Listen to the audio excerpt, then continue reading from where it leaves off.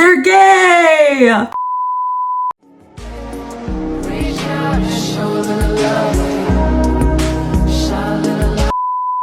Oh my god!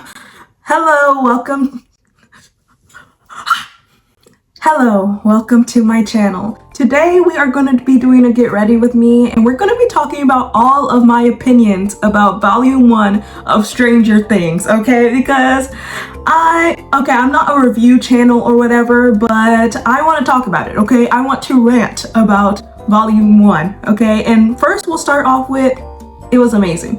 It was amazing. Now, we're not only talking about Byler in this video, okay? This is not a Byler analyst video. This is like all of my opinions about volume 1. It's just Byler is like a huge part of that. But first, let's put the cocoa butter on my face. Okay. Cocoa butter. First, we're going to be talking about my favorite character because I'm going to talk about my favorite character and then I'm going to talk about Byler, okay? And my favorite character so far is Derek. And you might be like, how is Derek your favorite character? That little fat boy is hilarious, okay? That fat boy is the funniest thing I've ever seen on this fucking planet. Suck my fat one! Jesus, what? Smells like ass in here, dipshit. Probably from all my farts. Do you know who I am? An evil child kidnapper. Any questions? Direct them to him. Where might I relieve myself? Ken?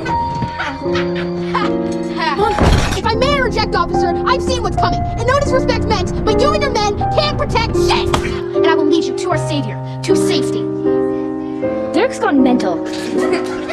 The monsters are coming and you're all gonna die. Ha ha ha ha ha! Disgusting. Mom wants you down for dinner. Mom can suck a fat one. Looks super good, just gotta watch those calories, you know. Fat, you mean fat. Derek. And remember, you're not dipshit Derek. You're delightful Derek. MVP. He said, suck my fat one. Best character in the whole series, okay? Tell me who your favorite character is because I feel like we'll all have a different opinion. And also, I do want to talk about 11 real quick. I feel like a lot of people aren't giving her as much clout as she deserves, like, for this season. Like, nobody's talking about 11. Like, everyone's talking about Vecna, Max, and, like, Will, but nobody's talking about 11. I'm like, 11? We just found out that they found 11's kryptonite. Like, the government has found 11's kryptonite. And if they play that, 11 cannot use her powers. So she'll be powerless. Like, she cannot use her powers when they do that. And I feel like they're just going to play into the fact that Will got powers, which we'll talk about later.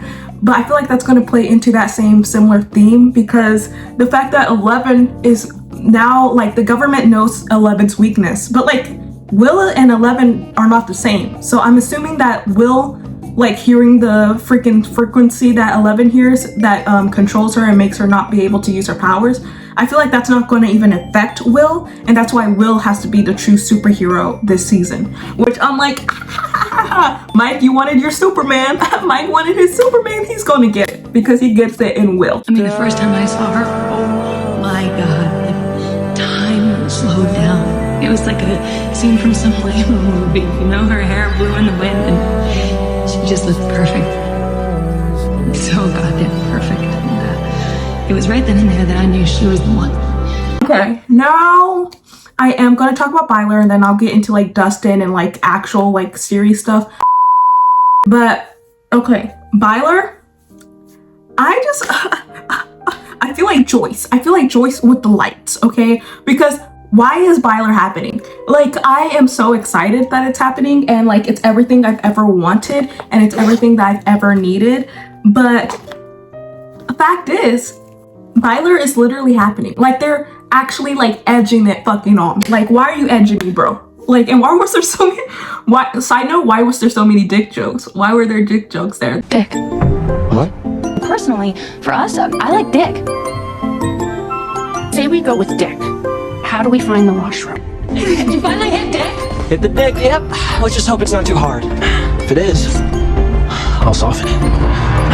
That was really good for me because I thought it was hilarious. But there was so many dick jokes. I was like, I like dick. Robin, no you don't. No you don't.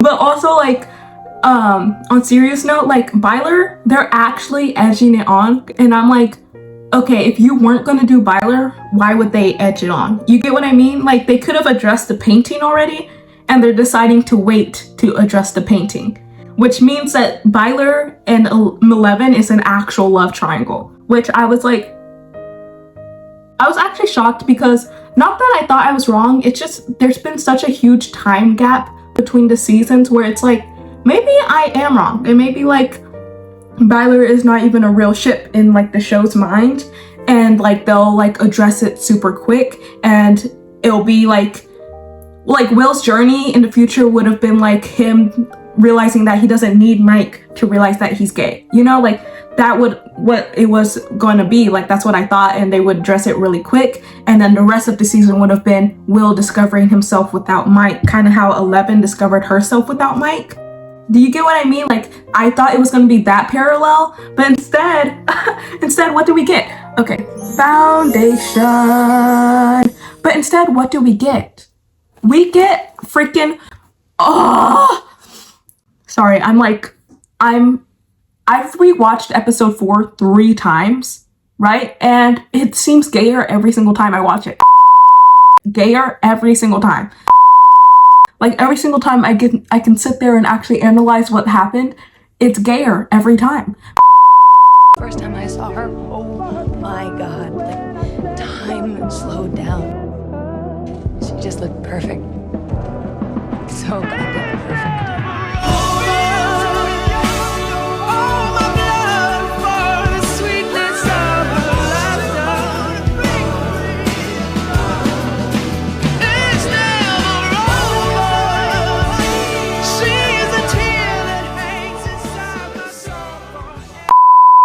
Because it's like, why would you edge us on? Like, I know Byler's happening, because there's no way they would just edge us on and not even show him 11 other than one time, and they don't even kiss.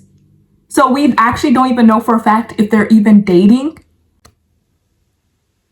Brother, are you trying? Like, they're actually building up a love triangle. Like, they're not even a love triangle. They're actually building up the fact that Will and Mike can actually be romantic interests. And the reason why I say this is just because everything that happens in episode 4, before episode 4, I was like, oh, okay, I guess they're not gonna let Byler happen, honestly. Like, cause like they didn't really have any scenes together. And like the first one that people say where like Mike looked at the hand and stuff, you know, that could have just been an acting choice, you know? But also like, yes, I see where now, like when you watch episode 4, okay, yeah, that's gay. But like before, like if they just kind of kept all the interactions small, like it didn't feel that gay, you know? But in episode 4, when like Robin and Will are like having their friendship and stuff, and like I don't think Will asked in episode 4, I think he asked in episode 3, like what are the signs that, oh, I think it was episode 4, what are the signs that like someone wants to date or something? And then they proceed to show all of those signs with Mike and Will. Oh, well, we volunteered together, you know, they were like signals. Signals? Yeah, you know, like a brush of the knee, a bump of the elbow, a shared look.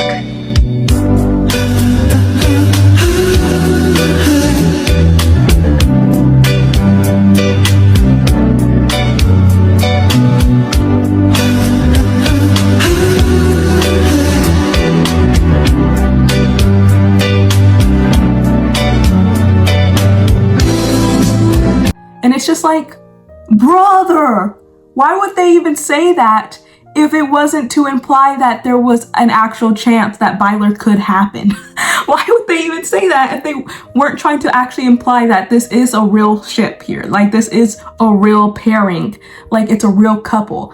And then, when, like, Mike is telling Will, like, how much, like, that Will might have powers, you know? Like, he's like, you're the sorcerer. Like, you're a sorcerer. And, like, he's trying to tell Will that he could have powers and that he's more like he was trying to tell Will that he believed in him, right?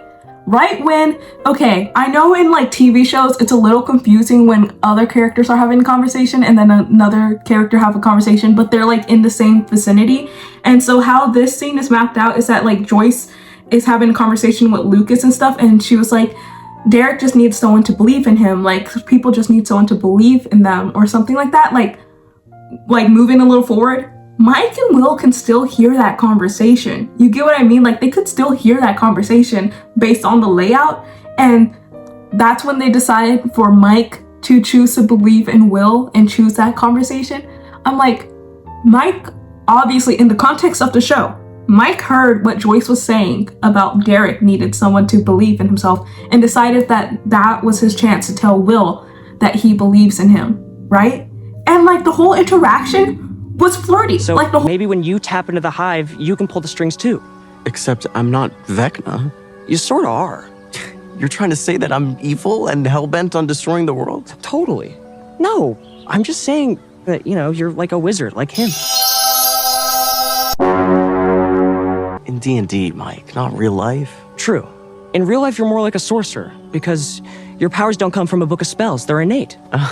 Listen, as far as crazy theories go, I've had crazier. And with 11 in the Upside Down, we really need some magic up here.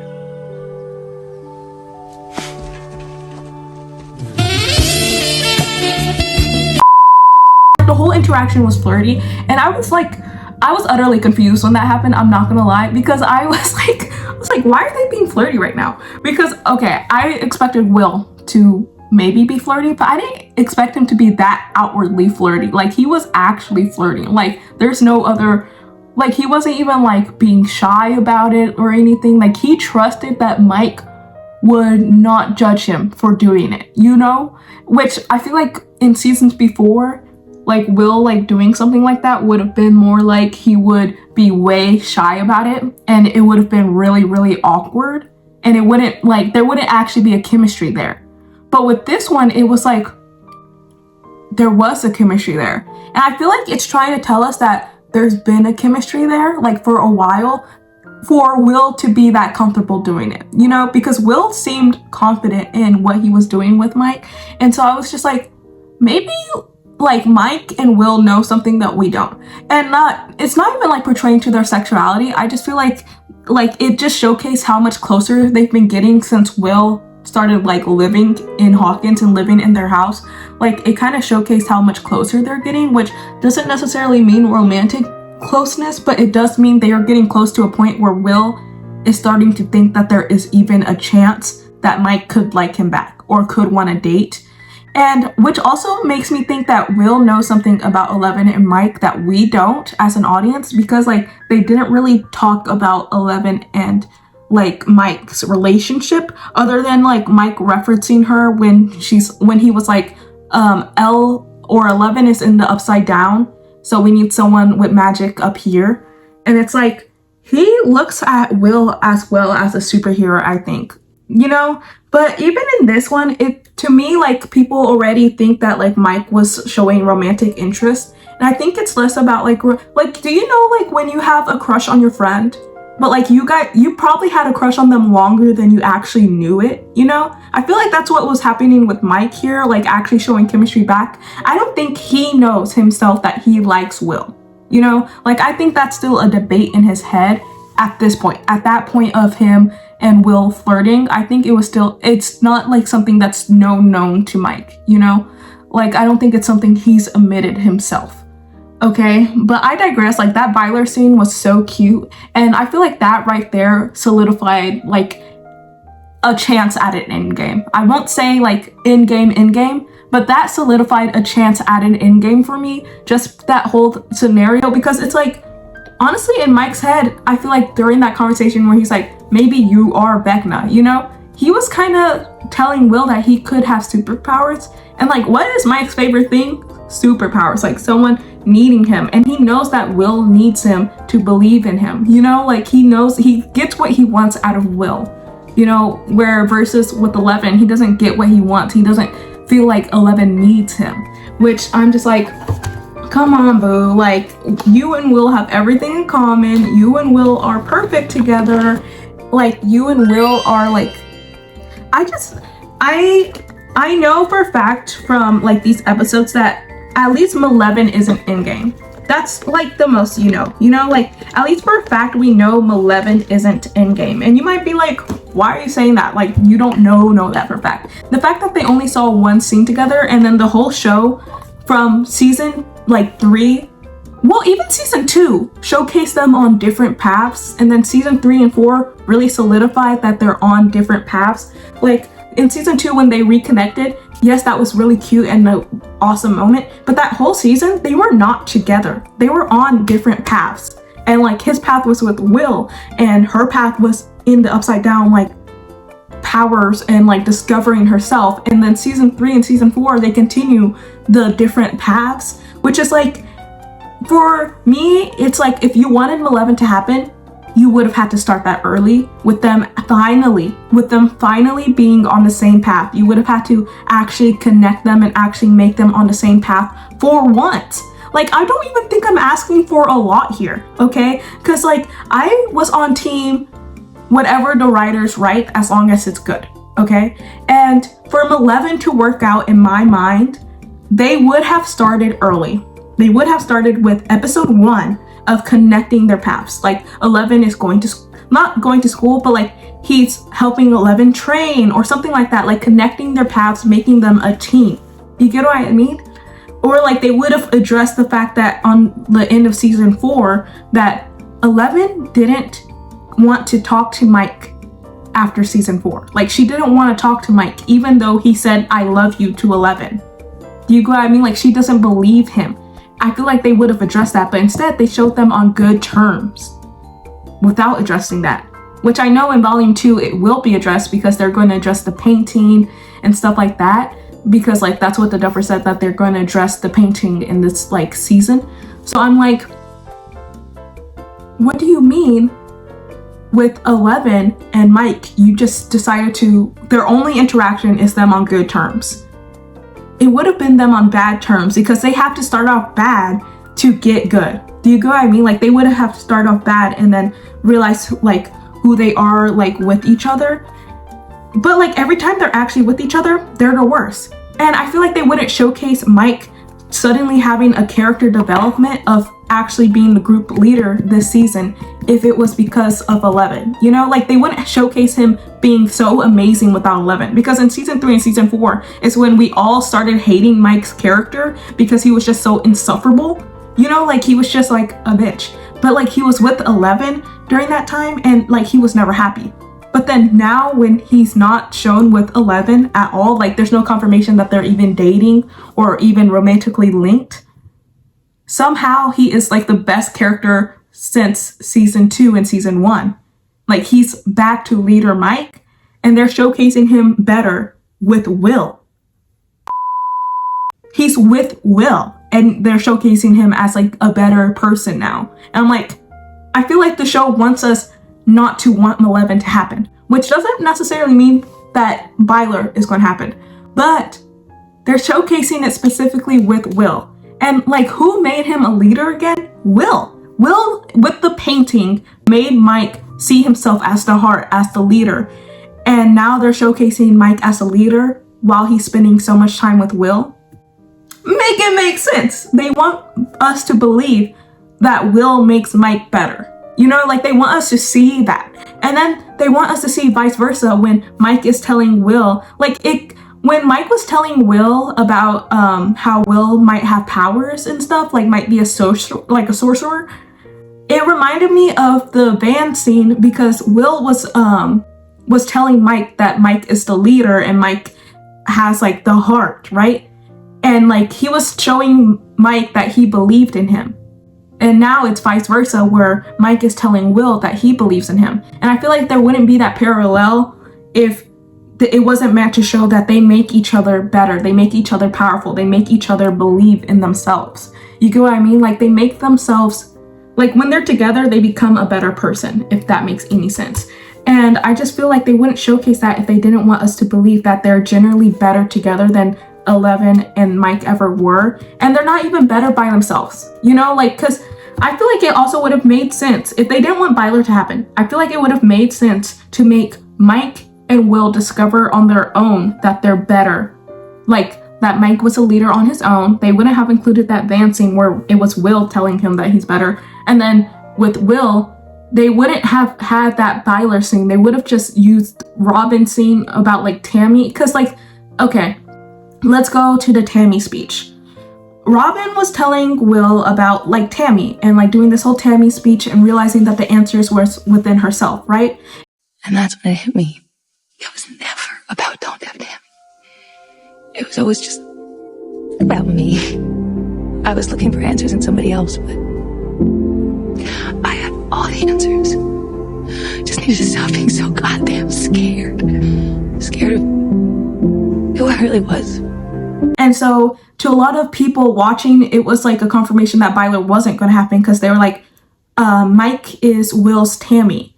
But that's just not true, because at the end we see that he uses the love he has for Mike and plus his own memories to defeat the Demogorgons and like unlock his powers. He uses that love first, like that was his first memory, and he used that love to unleash his powers. And so to me, that honestly just confirmed that it was in-game, because if it wasn't in-game, it would have not even shown Mike. Like the memories would not show Mike, because it defeats the purpose of it being just Will that unlocked that, you know, in himself. Like Will didn't just unlock it within himself with his own memories of his family and stuff. He unlocked it with Mike's, like the memory of Mike plus his family, you know, and plus himself. Like that's how he unlocked that vision. He didn't just unlock it because, oh, he had the power within. Yes, he does, and he had the answers within, but that memory of Mike and him first meeting is what unlocked it in the first place. And I'm just like, the way Vecna tried to use his love for Mike against him, and then Will used his love for Mike to unlock his powers, to me it just symbolizes that the show is wrapping around like Will and Mike. It's going to wrap around the fact that he's using his love for Mike to defeat like the Demogorgons, to defeat Vecna. E la facciamo un po' finita con questa farsa che hai creato. Io non ti voglio più per finta. And now, let me get some water. Okay, we are going to use my Stranger Things palette once again, and we are going to be using Mike and Will that are inside. I'm sorry my palette is so freaking disgusting.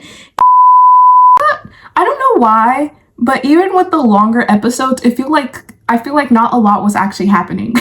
And I don't know if that makes any sense. Like I feel like a lot, like we did not get as much scenes or as much like content as I thought we were going to get for 4 episodes that were each like an hour and 20 minutes long.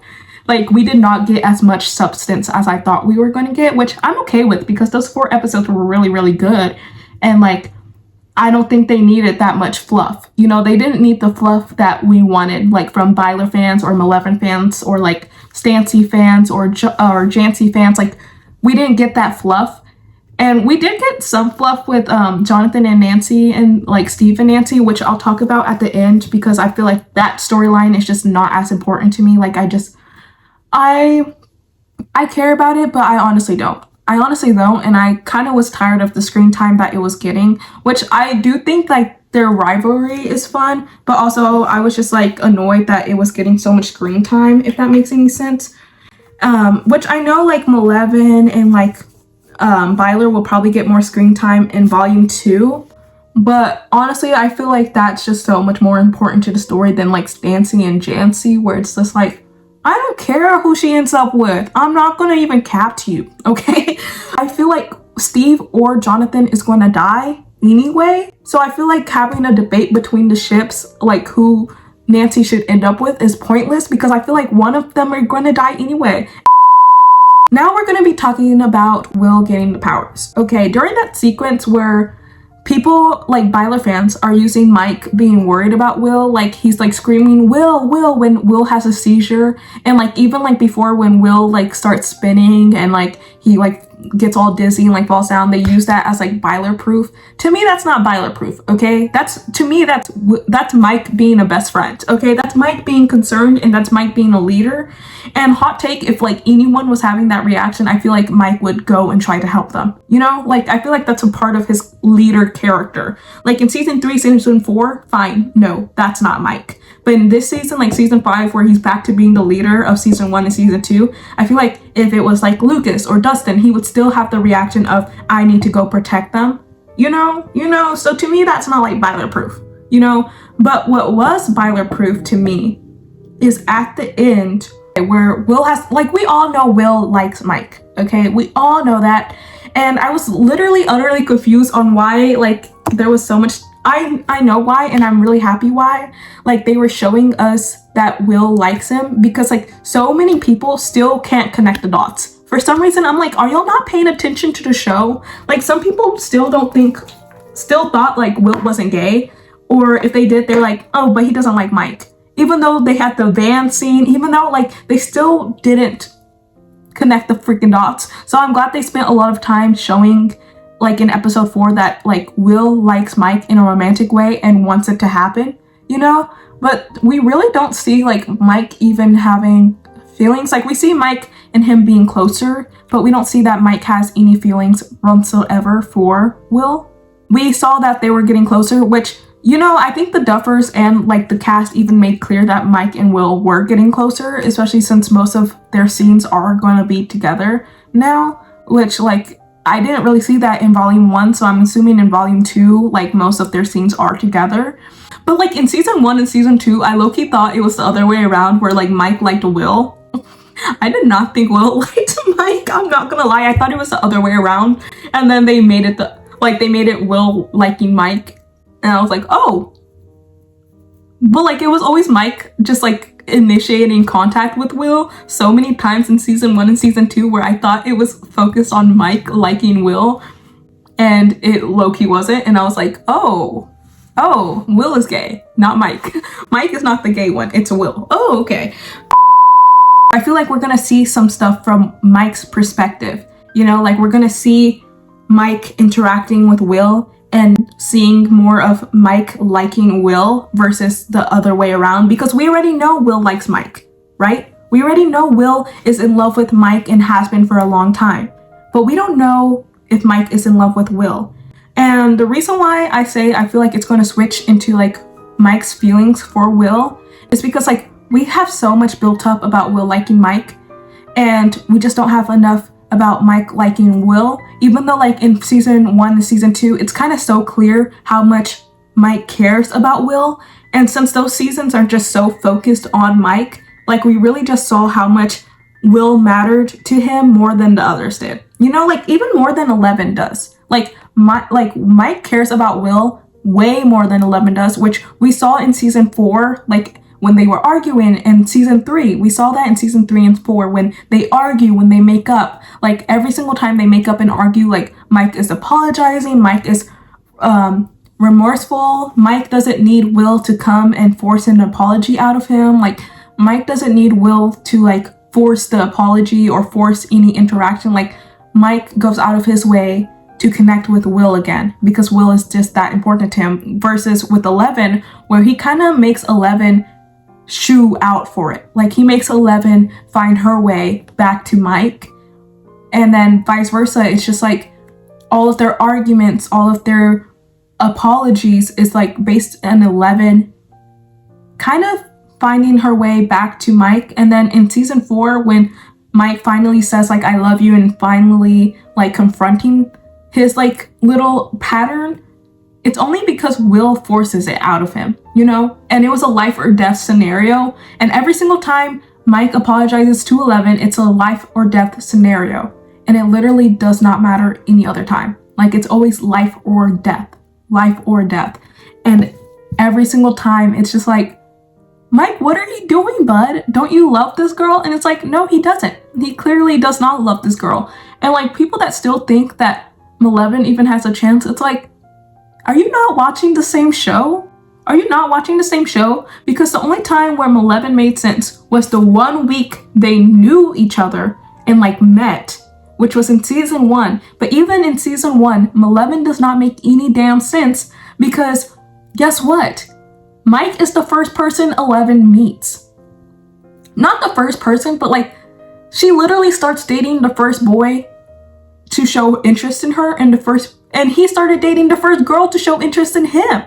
Like that wasn't a connection of they like each other. They don't even have anything in common. They don't talk about anything.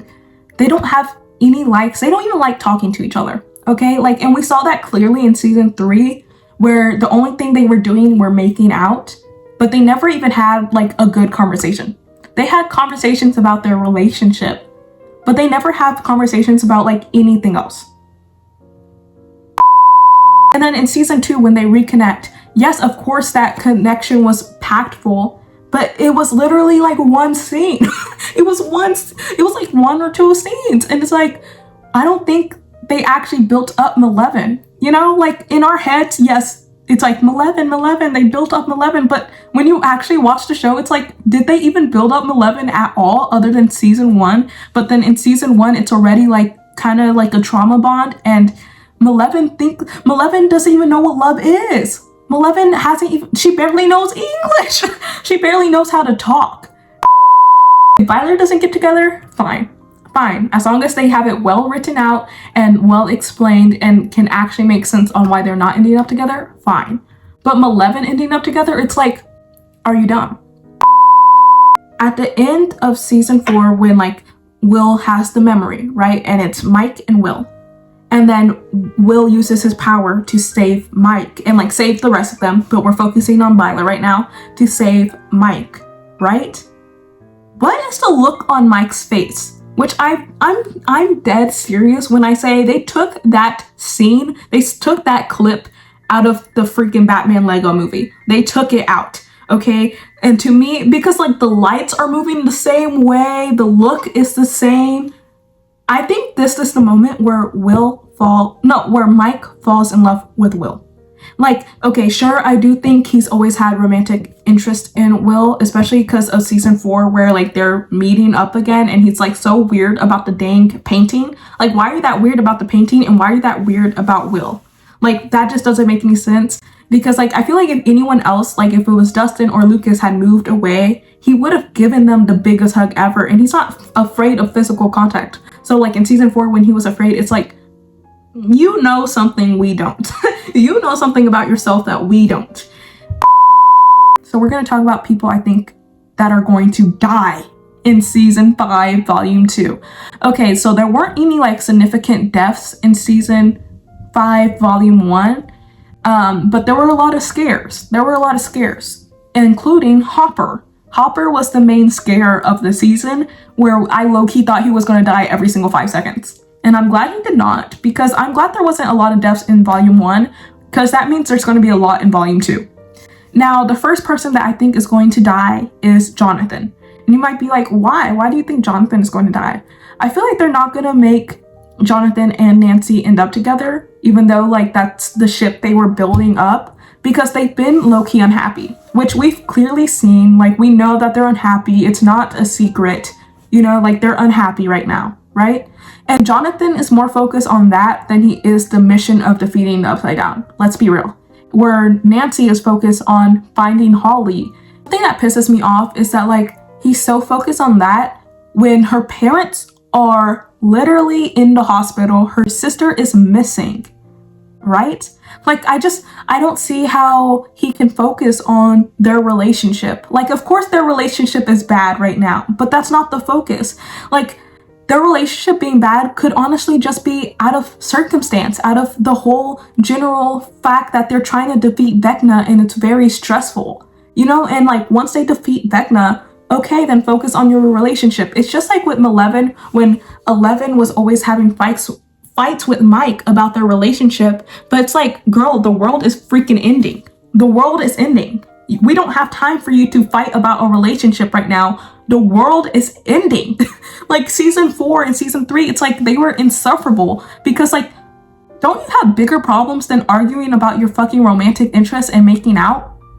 Like, isn't there bigger fish to fry, brother? And that's how it feels with Jonathan right now. And Nancy has her priorities set and Jonathan just does not. And like trying to propose to her right now is like the worst thing ever. It's the worst thing ever. I hate it. And I know they're not going to get engaged. Like, to me, that's a fact in my mind. They're not going to get engaged because their relationship is just not ready for an engagement right now. Like, they literally are having a bad time. And I feel like a proposal that's not something to do when you're in a fight. That's not something to do when you're in a fight and not something to do when it's bad. But it is something that she can find out once he dies or before he dies. That like he wanted to get married, you know? That would be like so devastating. And I feel like that would be a good, like, he died. And so like she lost like the chance of being with him. And I just don't think Stancy's gonna happen. I don't believe in it. It's not that I don't like it. It's not that I don't like it, because I do. Because I'm like, Steve is so awesome. But also I feel like Steve does understand Nancy and love Nancy, but I feel like Nancy just doesn't love and understand Steve enough for that to actually happen. Like, I don't think Nancy personally deserves the love of Steve, if that makes any sense. Like, she couldn't say, I love you. And I feel like if Stancy were going to happen, that kind of defeats the point of, like, Byler, kind of. Because, like, Malevin, like, who else had a problem saying I love you to their partner? Mike. Mike has a problem saying I love you to Elle, right? And Nancy had a problem saying I love you to Steve. And I feel like it would just defeat the purpose of that if they ended up together. Because I'm like, right now, I'm like, Malevin is not in game at all. And that's the only thing I'm like 100% sure about, is like Malevin's not in game.